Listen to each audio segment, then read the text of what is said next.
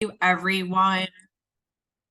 Thank you for everyone for joining us today as we begin our Pinellas County CoC emergency response calls. We at the HLA will continue to schedule these calls on a daily basis. As this storm, it looks like is quickly moving. I know that there was a new tracker listed at 11. But I'm going to turn it over to the Dominique right now to provide us an update from the county. Yeah, greetings everyone. Dominique Randall here. Thanks everyone for joining us today. I'm actually going to introduce Jessica Geib. You may have met her previously during our storm emergencies. She's going to give kind of the emergency management, EOC, Emergency Operations Center update, and then if people are wanting to jump off the call, they can, but after that point we're going to ask that all the shelters remain on while we do kind of a status check. But I want to be respectful of people's time and understand that you have other responsibilities. So again, we'll do kind of a general status update followed by a shelter.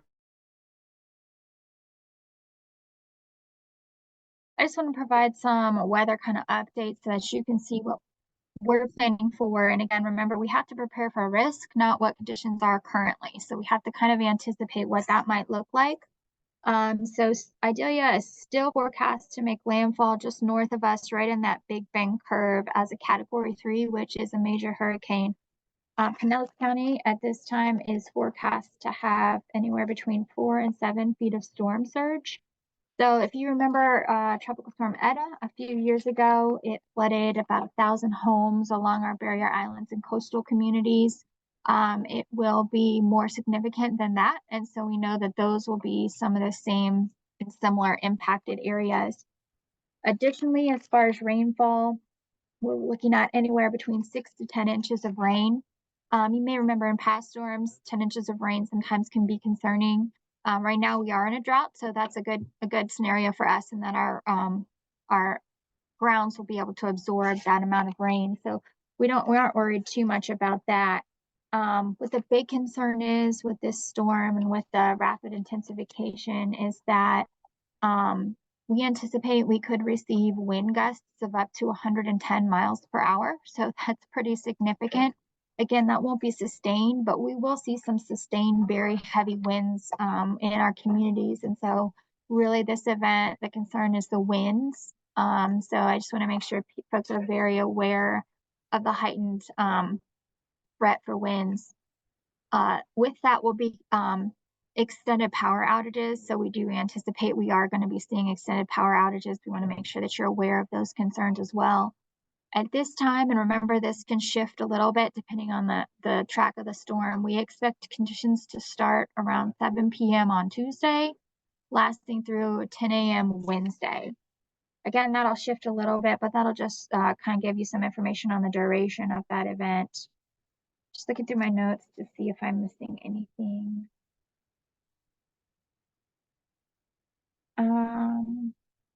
We're still working on details for issuing evacuations and for shelter openings. So expect that will be coming out from Pinellas County really soon, really probably throughout the duration of this call. You should have that information. Other than that, I guess, are there any questions for me here? But I just want to make sure too that we emphasize, if you see the track, remember we're not focused on the cone. We're certainly not focused on that center line. Any of that can shift. Even just a slight shift east could mean even more significant impacts for our area. With each advisory that's come out, we've seen a little tiny bit shift east. So that certainly can still happen. So I just want to make sure folks are really taking cautions and awareness of what the impacts could be. I see the question about closures, governments and schools. They're in their meeting right as we speak, the policy group. So I anticipate that information is going to come out, like I said, either during this call or right after.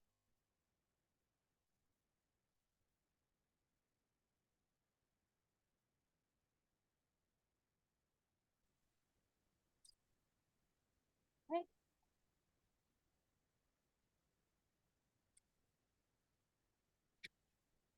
Well, I will, I'll stay on and listen. I'm gonna write down some notes. We really could appreciate the updates from you all, so I'll kind of pass it back over to Dominique, for the next part.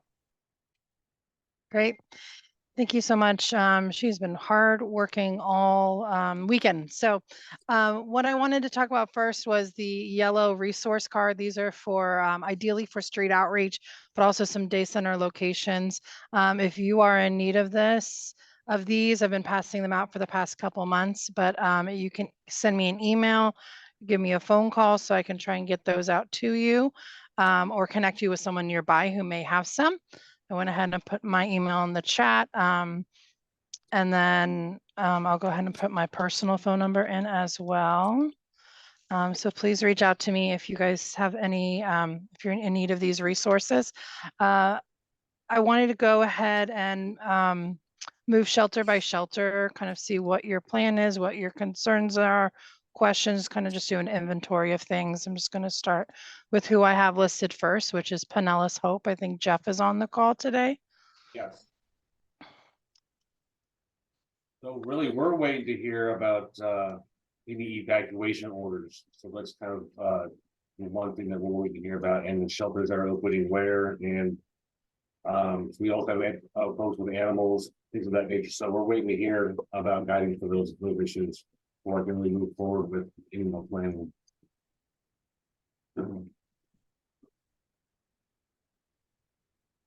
And I think, just as reiterating what Jessica said, decisions should be coming out in the next couple hours on that. So we're not able to, pull the trigger and move forward with anything until we hear those, what decisions and what those look like. So I know you are eagerly waiting for that. Do you anticipate any food needs? Are volunteers still good through dinner, through early tomorrow? Because I know your meals are brought in. Yeah, our food meals, we're working on that as we speak. Yes, I have meals planned out for today and tomorrow and Wednesday. Okay, great. Thank you. Any other concerns at this time before I move? Okay, Safe Harbor. I saw Hillman. I don't know if Haish is on the line. Anything that we can help you all with? So right now we are in pretty good hands. Again, like Pinellas Hope, we're waiting on the evacuation orders. But in preparation to leading up to that, food has been coordinated and additional shelter for the individuals who are outside to be brought inside. So we're on the right track for right now. Great, but we have available to us. Thank you. Holly with Salvation Army, were you able to join us? Hi, good afternoon, everyone. We're in good shape too. We're making our preparations. We're in evacuation A, so if that's the case. We're making the preparations as we usually do with our resident to evacuate to a disaster shelter. And other than that, we don't have any needs. We're doing fine, and thank you. Okay. Just want to take a break. Ron, I saw in the comments you were asking about pets. So there are specific shelters that are designated as pet shelters, and they are kept in the same facility, but not necessarily with them. There is a pet section of the shelter. Unless it is a service animal, then that animal has every right, as a traditional service animal would.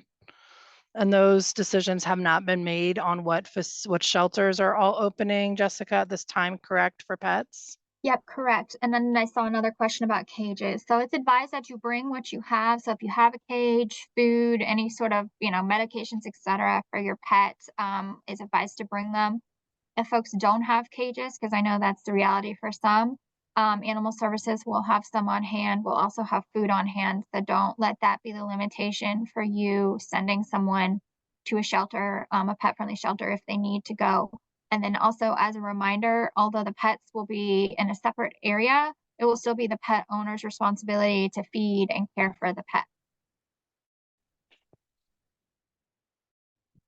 Thank you.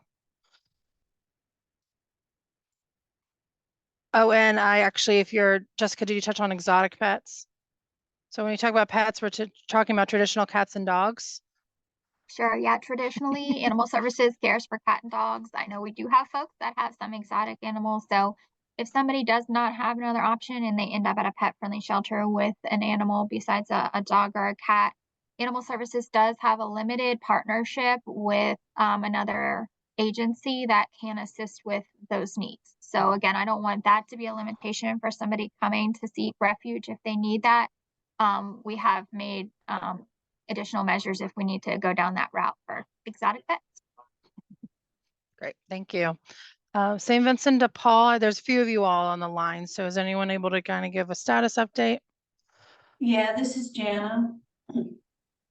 So we're at shelter in place, so we're not in an evacuation zone, so we're pretty good. So everybody will be able to stay within the shelter. We might try and increase the capacity. We're still under construction with our kitchen, but it's towards the end, so we might be able to add some more beds. Other than that, we'll make sure that the people who aren't able to come in the shelter know where the other shelters are and how to get picked up. Okay. What about the hotel accommodations? So our protocols are all the staff make contact with each client prior to the storm to ensure that if they're in a hotel that's in an evacuation zone, they'll know that. They'll work with the client to make sure they know where their evacuation shelter is, and they'll help them with making those arrangements. And if they're staying in the shelter, they're making sure they have their, basic needs at the hotels. And then our protocol also is that following the storm, then we make face-to-face contact with them as soon as possible. If I could ask you all to look at your current addresses. I know when we met a couple months ago, none were in evac, but if you could reference the hotel document and just let me know. You can shoot me an email, put in the chat if you do know if any are in evacs, so that we can just be available for that. Okay. Okay, thank you very much. HEP. Hello. We're Hi, kind of in Ashley. the same hi. We're in the same boat as everyone else, just kind of waiting for updates, but we're prepared to evacuate if needed and are filling sandbags for the necessary properties. So we're just kind of in sit and wait mode. Great, thank you. And Ashley, I had Satina as the best contact for you all. Should I be in contact with you? I think if it's related to guests, Satina's the right contact. Okay. We'll have staff on site as needed to evacuate and then bring guests back, and she'll be coordinating all of those efforts. Okay, thank you.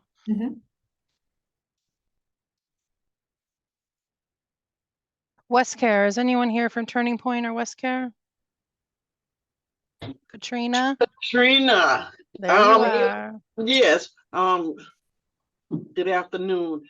Turning Point is sheltering in place. We are not in the evacuation area. We are ready for whatever comes. We have food enough for 3 to 5 days, and longer if need be. All we had to do was add some more water so that we can have a gallon of water per day per client. But we're half there already, so we don't anticipate any problems.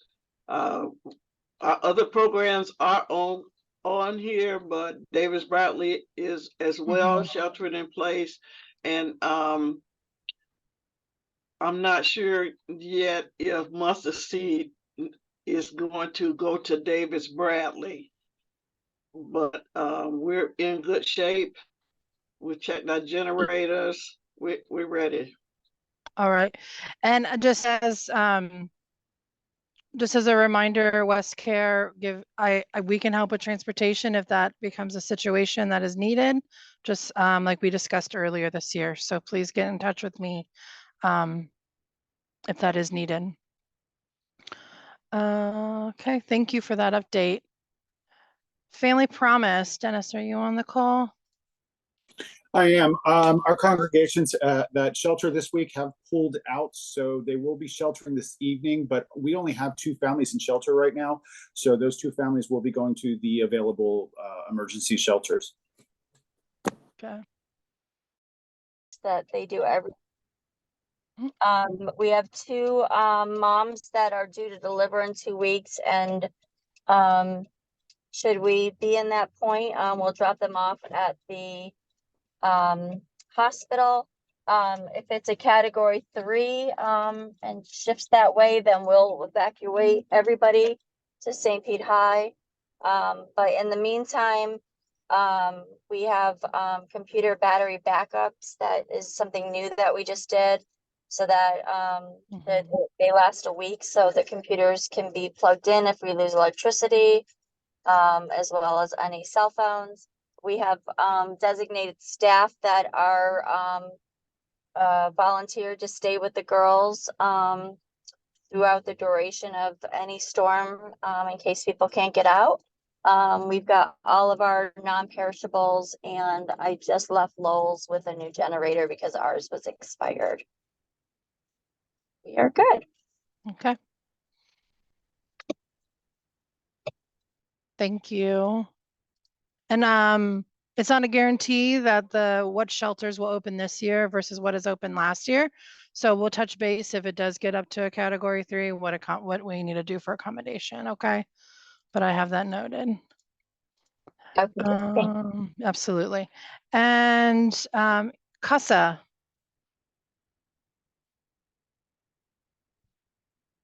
Is Lariana or anyone from CASA on the line?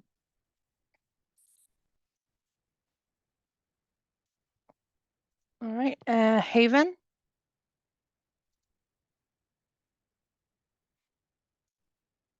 All right.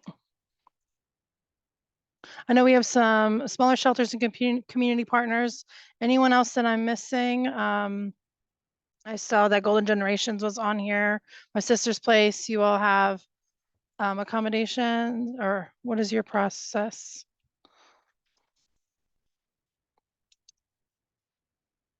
Good afternoon, everyone. Good So afternoon. we recently let me take this down.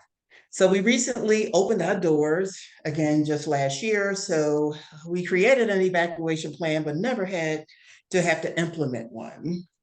We are we are flood zone A. So which means that we will be required to evacuate if it gets to that status. We have 5 young ladies that we would have to evacuate. And we are not pretty much where we need to be right now in terms of, just getting everything that we need, the flashlights and batteries. So we're kind of running against the clock to make those things happen and to figure out exactly where we will go if indeed we would have to evacuate. Okay, I put my number. Oh, sorry. I put my number in the chat earlier. I'm gonna put it in again. If you wouldn't mind connecting with me right after the call, so that we can touch base about some of those items. Okay, see what we can do and coordinate shelters and all those things, because I know exactly where you all are. Right by Lake Magori. So anyone else, any other shelters on the line today that I missed? Well, at the Continental Housing Program, we're ready to go. We're not in an evacuation zone. And our other housing programs, none of our stuff is in evacuation zones. And we'll continue to make all preparations, and that's about it. Any food concerns? Not that I'm aware of. Because they do all their own cooking, all their own prep and everything, right? Well, they do their own prep, but we provide food, but I'm not under the impression that we have concerns as of yet. Okay. I have Michelle listed as the best point of contact for you all. Should I change that? That is she correct. Back? Okay, she's back. Okay. Yeah. Thank you.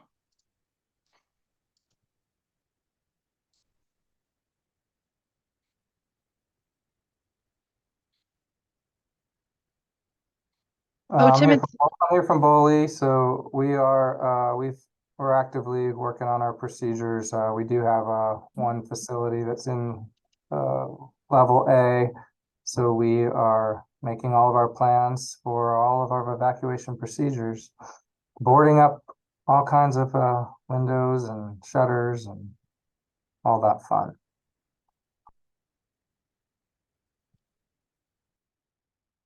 Great. And then I know your Shelter Plus Care, where is Morningside in a B?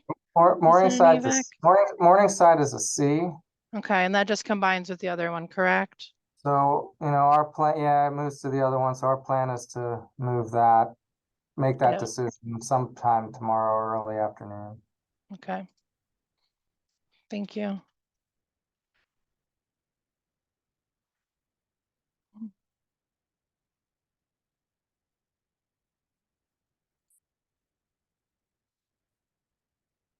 And is Damon the best contact for that? For the safe havens, yes. Safe haven, yes. Okay.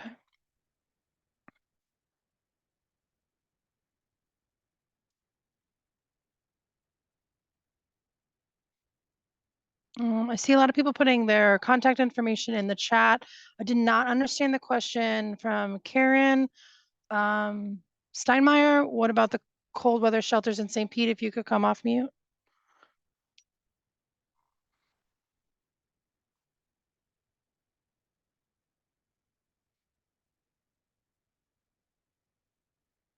Okay. All right. Well, I want to thank everyone for a quick report. Oh, yes. Hi, Karen. Hi, sorry. I wanted to know from Victoria if there's for the homeless, if we if the main shelter is going to be open. From Victoria Kelly. So the cold night shelters do not activate during hurricanes.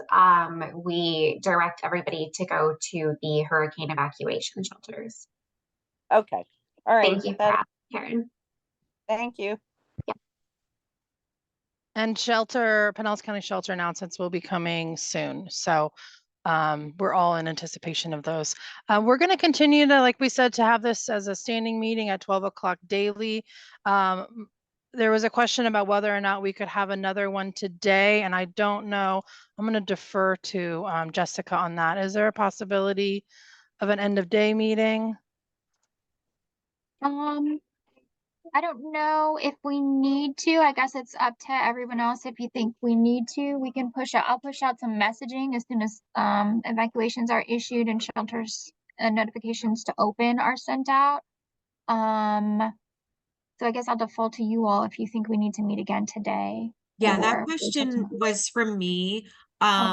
And so one of the things, we'll continue on the HLA side to send out everything that we get from the county as well. So, as you guys send stuff, you'll be getting a lot of emails from us over the next couple of days as well. So, forgive any duplication. We just want to make sure everything is okay.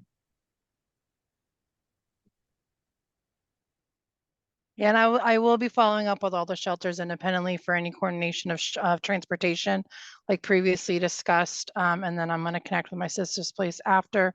Pinellas County Schools, it looks like the announcement. Let me just check the source. Looks like schools are closed Tuesday and Wednesday. So you'll start getting all the other announcements very soon. I also want someone, Alexa was asking about PSTA. PSTA will be running. They have not made that decision of when they will become free, but when shelters do open, it is the shelters transportation becomes free so that people are able to access those shelters until the winds get above a certain speed. So it's imperative as soon as those are open and PSTA becomes free that the community is getting the transportation they need. Same thing as when we reopen. And let's see. Dominique, there are a couple of hands up. Yeah, sorry, I'm just trying to manage everything. Let's see. Let's go, Mary Ellen. Hi, everyone. If you don't know me, I'm Mary Ellen Dennis. I'm the Healthcare Administrator for Pinellas County Human Services. I just wanted to throw a few little bits of information out there, especially regarding healthcare and medical services. I've been working all day I've been in contact with our prescription provider, making those adjustments so that patients can get early refills. We have also been working on Everbridge messaging regarding the refill process, and also our health centers and MMU and street medicine will be down as of 2 p.m. Let's see what else. I've also notified, of course, the Florida Association as well of our closures, and of course we'll keep them updated as well. But just know that from a medical side, we're doing everything we can to get those messages out there and handle a few of those things. Great, thank you very much. Sure. Helen?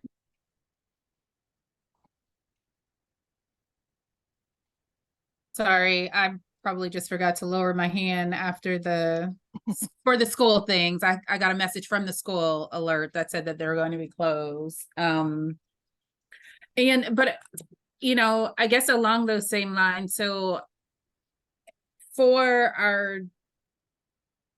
our individuals that are not in shelter, maybe for those that are in shelter, I'm kind of looking to be able to give our EOC kind of an update on if you are in shelter, if you have a shelter that you might have to evacuate, like how will you move your people, those kind of things is what, because we don't have a lot of time, right? So tomorrow afternoon is kind of what is thought, or what I just at least heard, I thought I heard Jessica say. So there's not a lot of time. And so Amy's question was kind of like, how are shelters planning to move? What do we do? How do we get those individuals who are living unhoused outside? And we know PSTA could be free or will be free if that happens, but kind of how will that be coordinated? And I know we usually like use Boley for some of our transportation. So just kind of wanting to get an idea of that. Yeah, Helen. So what we've done is I coordinate a PSTA bus directly for that shelter. So with the exception of Safe Harbor, they do their own coordination on that, but we are available to assist. But I'm going to use Pinellas Hope as an example. I'm going to get an update of how many people are out there so that I can get 4 to 6 buses to arrive throughout the morning or whatever that looks like to be able to transport people to different shelters.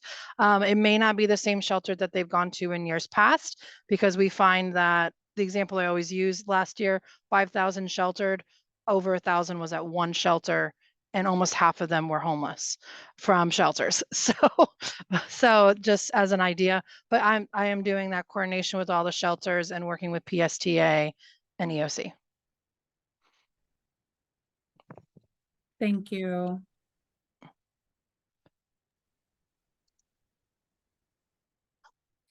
Okay. Dominique, this is Jessica. In the chat, someone had put starting at 6 evac levels and stuff. I just want to confirm what county that's for, because I know we have some different counties reporting information. That is not for Pinellas County at this time, but I just wanted to make sure that folks are aware of that. Okay, so yeah, Pinellas County has still not called an evac, but there are shelters. I'm going to a shelter today, so I'll just say that. And then we'll kind of keep watching this as it comes, but I will be in touch with all shelters. Sorry, I'm getting a Teams call. So we'll go forward from that. Dominique, yes. Dennis with Family Promise. Just out of curiosity, have they announced which shelters will open today? I think Lellman Exchange was one. No shelters have been announced to be opened yet today. It should be coming. Yeah. It is very soon pending coming. Okay. But there are some opening. So let me see. So the other thing I want to just stress before I let you all come is this is a very fast storm. It is coming in, like we said, probably tomorrow afternoon. It is probably leaving Wednesday. So just as quickly as I'm helping to coordinate people arriving to shelter, I'm going to have to coordinate them returning. So please keep that in mind, shelters that I'm working with to do evacuations with. Okay. I want to thank you all again for coming and jumping on this call. You'll see that invite sent out from the HLA following this meeting. Again, you can reach out to me. I'm going to add my number one more time. So please feel free to call me. And thank you again, everyone. Be safe and stay dry.